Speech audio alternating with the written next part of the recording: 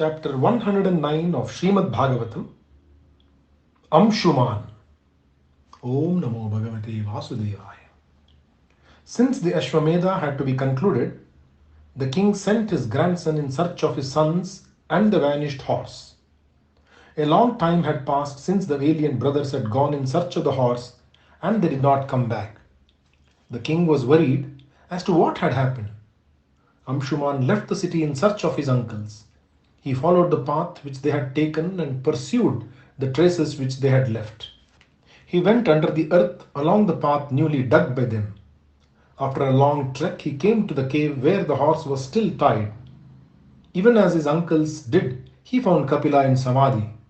By the side of the Rishi, he found an immense heap of ashes and wondered what it was. He went near the presence of Kapila Vasudeva and saluted him. He spoke words full of praise and reverence. He said, "My lord, even Brahma, the creator, has not been able to know you completely.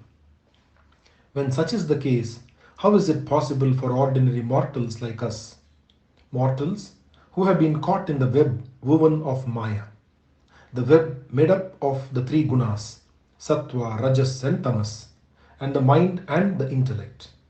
We are blind to the light which will reveal to us the likes of you. This is because we are enveloped by the avarana Maya. We can see the things only of the world. We can only see the object of the senses. And all the while, we are unaware of the glory that is lodged inside us, the glory that is you. We know the three stages, the avastatrayas, Jagravastu, Jagravastu, Swapna, and Shushapti, waking, dream, and deep sleep stages. But we have never been able to go beyond that. Ignorant human that I am, how is it possible for me to know you and talk about you? I can only say, I salute you who is the refuge of the universe, who is beyond the three gunas and the involvement caused by them, who is beyond cause and effect, who came into this world to teach man the truth about himself. You are the ancient, the immutable. You are the Lord of Lords, and because I have had the good fortune to see you, I know I am cured of the bondage of Maya, which is the home of the desires, of karma, and of the senses. I salute you, my Lord." With his eyes raining tears, Amshuman fell at the feet of Kapila. The great man was pleased at the humility and devotion of the young prince and said, "Child, take this horse which belongs to your grandfather. Indra brought it and left it here when I was in my Yoga Nidra. As for your uncles, they have been burnt because of their arrogance, and the only water which will cleanse their souls and take them to the Pitraloka is the water of Mandakini, Ganga, from the heavens." Amshuman went round him and prostrated before him. He then took the horse with him and came back to the city. His grandfather performed the yaga to completion. Unhappy at the thought of the fate of his sons, the old king Sagara crowned Amshuman as king and went away to the forest to perform tapas and find peace and moksha. Amshuman performed tapas to please Ganga and make her come down to the earth. But he could not achieve his desire. Old age overtook him and he died. His son Dilipa was also unsuccessful in his attempts to please Ganga. He too left his work unfinished and died. Om Namo Bhagavate Vasudevaya. Shri Krishnarpanamastu. Chapter 110 of Shrimad Bhagavatam, Ganga, Bhagirathi. Om Namo Bhagavate Vasudevaya.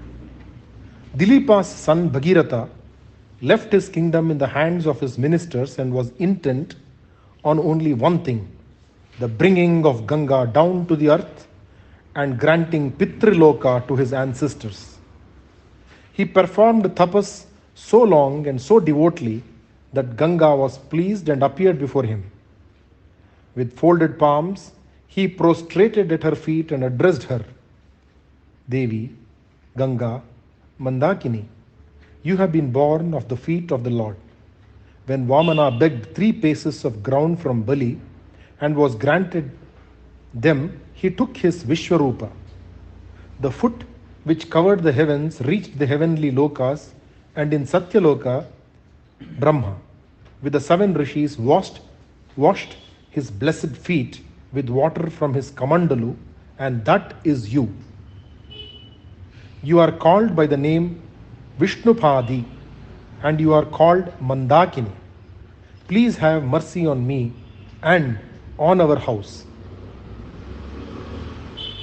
Mandakini smiled on him and asked him what he desired. He told her about the words of Kapila and said, Blessed Mother, please grant the heavenly abode to my ancestors. For 3 generations they have been denied it. Ganga said, Bhagirath, you have evidently no conception of the speed with which I will flow if I descend to the earth from the heavens. Who is there powerful enough to break my fall? If I am not stopped, the force of my descent will be so great that I will enter the nether regions straight, and your tapas will all be wasted. And again, I do not see why I should leave my heavenly home and come down to this sinful earth. People will bathe in my waters and shed their sins in me. I will have to be the recipient of them all. How can I be purified? Who will do it for me? Bhagirath stood humbly before her and said, As for the sinfulness you are afraid of, it is not such a problem. I have been told that great seers who have passed beyond the bondage of karma, who have no thought other than that of the Lord, who have Narayana lodged in their minds forever, these seers, I say, when they bathe in your waters, will purify you. They are named the Tirtha Rupas, and they will cleanse you, and no sin will cling to them, since they have the power to destroy sin. The other problem will have to be solved, and that can be done only with the grace of Lord Mahadeva. I will pray to him, Mother, if he agrees to take you on his head and break your force, will you cleanse my ancestors? I will, I promise, said Ganga. Bhagirath began to perform tapas once again. This time, the god to be propitiated was Mahadeva. However, Mahadeva, who is famed for the quickness with which he grants the prayers of his devotees, appeared soon before Bhagirath and asked him what he wanted. The suppliant king, after his eulogy, said, My lord, you know all about how my ancestors were turned into a heap of ashes because of their offending the great Kapila. The rishi told my grandfather that they would be purified only if Mandakini comes down to the earth and washes the ashes. Washes the ashes. I have spent years praying to her, and she has agreed to come down to this earth. But she has told me of a difficulty in her descent. The force of her descent will be so great that there will be no strength on the face of the earth to bear it. I have therefore been praying to you, my lord. When she comes down, you must take her on your head and break her fall. Mahadeva was happy to say, Yes. Mandakini rushed down with great force from the heavens. The entire heavenly host stood watching the onrush. Mahadeva was standing with his head slightly raised, with his trident held at his back with his 2 hands. His chest was thrust forward. The snakes on his arms were swaying to and fro. The dark blue spot on his neck glowed against the gold of his skin. There was a slight smile on his lips, and the world stood in awe as the river came down. Bhagirath was there with his eyes wide open, with his hands folded together. His heart was beating fast, since finally his ancestors would reach the home of the Pitris.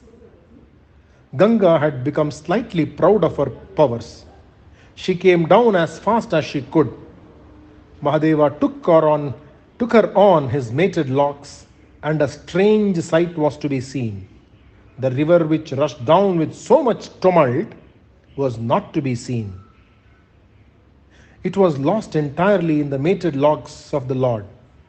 Ganga tried her best to get out of the tangled mass which was the jata of the Lord Mahadeva, but she could not.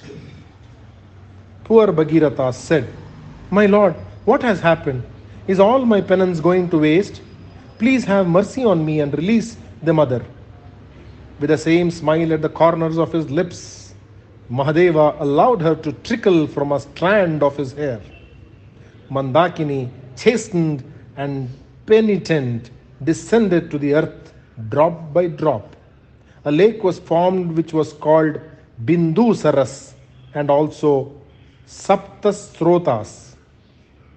Ganga divided herself into 7 streams. 3 of them flowed eastward and 3 westward. The 7th stream followed the chariot of Bhagirath as he proceeded towards the cave of Kapila. Wherever she touched, the earth purified it. The entire world stood in amazement, watching the scene.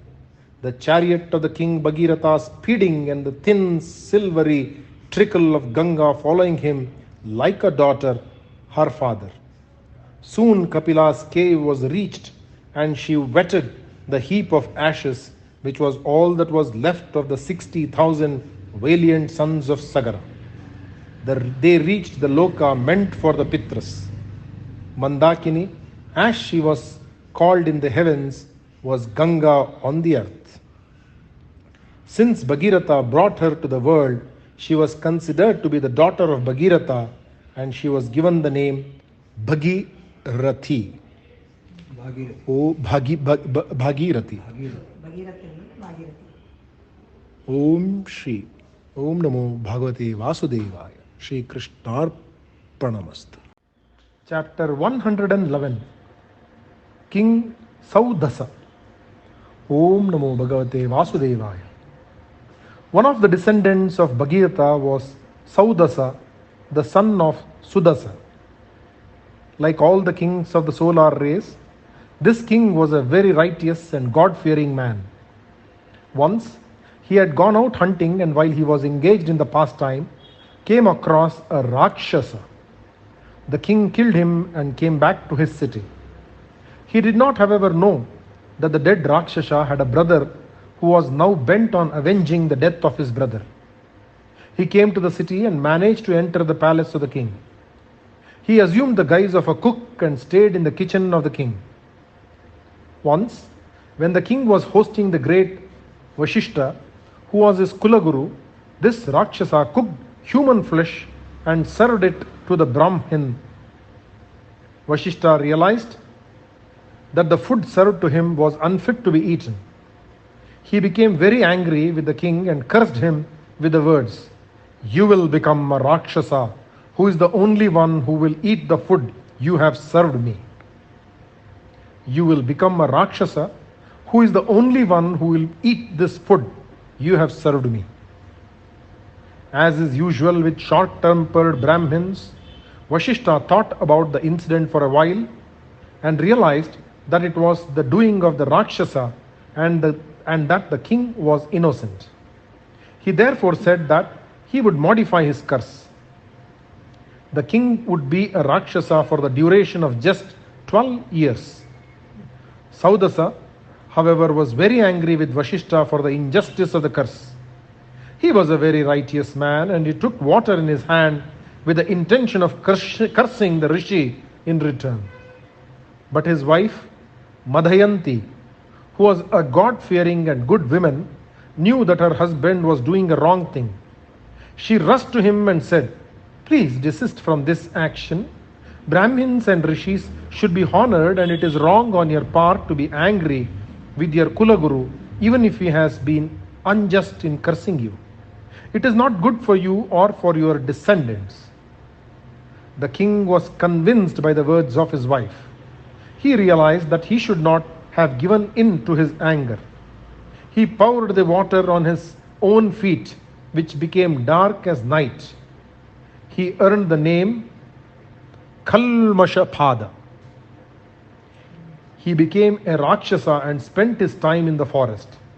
Once, he saw a Brahmin couple in the forest, and according to his Rakshasic nature, he caught hold of the Brahmin to eat him up.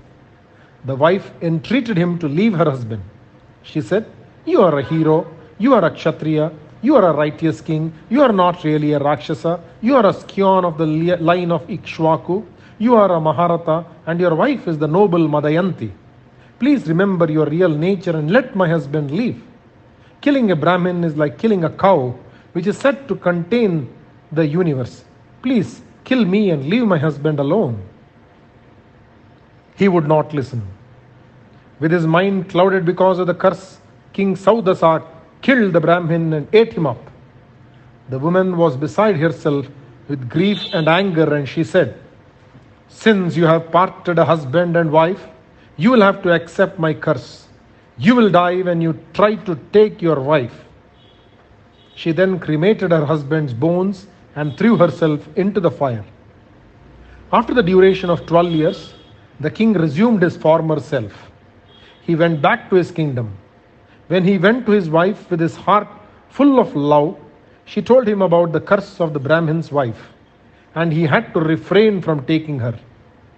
According to the custom of those days, Vashishta, the Guru, procreated a son for him by taking Madayanti.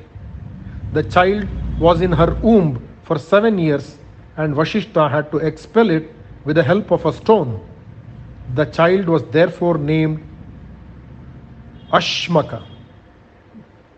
He was a very good ruler and upheld the name of his ancestors. Katwanga, the great king of the solar race, was a descendant of this Saudasa, whose other name was Vishwasaha. Om Namo Bhagavate Vasudevaya. Shri Krishnarpanamast. Chapter 112 of Shrimadbhagavatam, Shri Rama. Om Namo Bhagavate Vasudevaya. Katwanga's son was Dirghabahu, and his son was Raghu. Aja was the son of Raghu, and Aja's son was Dasharatha. The Lord, to rid the Devas of the atrocities of Ravana, agreed to descend to the earth. He was born as the son of Dasharatha. Rama, Lakshmana, Bharata and Shatrughna were the 4 forms the Lord took to rid the world of its sins. You have heard the story of Rama often enough, of his wandering in the Dandaka forest accompanied by Sita, his consort, and by Lakshmana, his devoted brother. This was at the behest of his father. Rama, who was so tenderly brought up by his father that his feet, when touched by the soft palms of his beloved Sita, would become red and hurt like a faded lotus, walked with bare feet in the forest so that his father's name should be Ansalib. When Rama was a youngster of 16, the great Vishwamitra came to the court of Dasharatha and said, "I am performing a great yagna in the Siddhashrama. The Rakshasas, Maricha and Subhahu, are always trying to pollute the spot and prevent the yagna from being performed. I want to take your son Rama with me. He will destroy the Rakshasas. Give Rama to me." Dasharatha was so lost in his son that he did not want to send him. But Vasistha convinced the king that he should not let his love blind him to the consequences of the anger of Vishwamitra. Rama and Lakshmana went with Vishwamitra to the forest. They reached the famed Siddhashrama. When the yagna was being performed, the Rakshasas appeared in the sky. Rama killed Subhahu and drove Maricha to the shores of the ocean. The yagna was brought to a successful end. Vishwamitra then took Rama and Lakshmana to Mithila, the city where Janaka ruled. Janaka was the lord of the Vaidehi kingdom. He had with him the great bow of Shiva. Rama broke the great bow and won the hand of Sita, the daughter of Janaka. Sita was his equal in every way, in beauty, youth, in her noble qualities and modesty. When he was taking her back to Ayodhya, Rama met Parashurama, who had destroyed the Kshatriyas of the earth 21 times with a terrible intentness. Rama took up the challenge of Parashurama and, stringing the bow of Vishnu, humiliated him. Dasharatha, because of his rash promise to his wife Kaikeyi, was forced to ask Rama to leave the kingdom and live in the forest Dandaka for 14 years. Rama, ever mindful of his duties towards his elders, left his kingdom, his wealth, his devoted kinsmen, and his dear city Ayodhya without even a trace of the regret, like a yogi who has no attachments, abandons his body, and gives up his breath. Accompanied by his wife Sita and Lakshmana, Rama left for the forest. While they were in the forest, Shurpanaka, the sister of the famed Ravana, saw Rama and she became enamored of him. Rama punished her sinfulness by deforming her. She summoned the Rakshasa Khara, Dushana, and Trisharas to punish Rama. These were the Rakshasas whom Ravana had placed in the Janasthana to represent him and his power. They were famed for their cruelty to the rishis living nearby. Rama was faced with the task of facing these three with their immense army. But he destroyed them all with the Kodhanda famed the world over. Ravana heard about the beauty of Sita and about the killing of the army in Janasthana. He decided to avenge the insult to his sister and the killing of the Rakshasas. He had already fallen in love with Sita and had decided to take her. He instigated Maricha to assume the form of a golden deer. Sita saw the deer wandering near the ashrama and, captivated by its beauty, she asked Rama to get it for her. To please her, Rama pursued it to make a gift of it to her, who had never asked him for anything till then. After a while, he knew that it was a Rakshasa who had donned the form of a deer. He sent an arrow which hissed like Rudra's anger against Daksha. Maricha was killed, but during Rama's absence from the ashrama, Ravana had entered it and had carried away his beloved Sita. Rama and Lakshmana wandered in the forest in search of Sita, and on the way they came across Jatayu, who had been a friend of their father. He was dying as a result of his fight with Ravana. After cremating him with the proper rites which a son observes when cremating his father, Rama wandered in search of Sita with his brother, who tried his best to comfort him in his sorrow. The bereavement from Sita was too much for him to bear. He would lament and say, "Lakshmana, this is the state of a man who becomes too attached to a woman. I feel so lost without Sita." The brothers continued on their way. Kabanda, Rakshasa, tried to capture them within his outstretched arms and he was killed. They then reached a hill by name Rishyamukha and there made friends with Sugriva, the king of monkeys. After killing Vali, the brother of Sugriva, and restoring the kingdom to him, Rama took Sugriva and the monkey host to the shores of the southern ocean. For 3 nights, Rama waited on the shores, thinking that the Lord of the ocean would make way for him. When he found that he would not let him cross the ocean to the island Lanka, Rama's anger knew no bounds. He threatened to burn up the entire ocean. The Lord of the ocean then came out with the accessories for the worship of the Lord and, begging his pardon, said, "You are the Lord of Lords, and you have become angry with me. Please forgive me for my ignorant behavior. You asked the monkeys to build a bridge across me, and I promised to keep it afloat." They built the bridge, crossed it, and reached Lanka, which had once been burnt by Hanuman when he had come in search of Sita.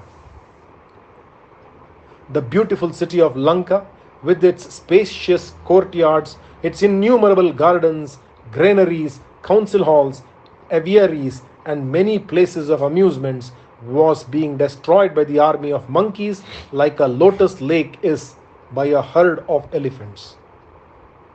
Ravana was furious with Rama and his army which had caused such havoc. He sent Nikumbha, Kumbha, Dumraksha, Durmukha, Surantaka, and Narantaka to fight with the enemies. These were later followed by Ravana's son Indrajit, his chief army leader, Prahasta, Atikaya, and Vikampana, and finally Kumbhakarna, the brother of Ravana. All of them were killed by Rama and Lakshmana, assisted by Sugriva, Hanuman, Neela, Angada, Jambavan, and others. Ravana then entered the battlefield intent on killing Rama. The heavenly beings were watching the fight. When he saw Ravana entering the field in his chariot, Indra, the lord of the Devas, sent his own chariot driven by Mathali. Rama and Ravana fought a memorable duel in which Ravana was killed by the Brahmastra sent by Rama. Vibhishana, the brother of Ravana, performed the funeral rites for all his kinsmen who were dead. Rama crowned Vibhishana as king, and after granting him life till the end of the Kalpa, Rama took Sita with him and left Lanka.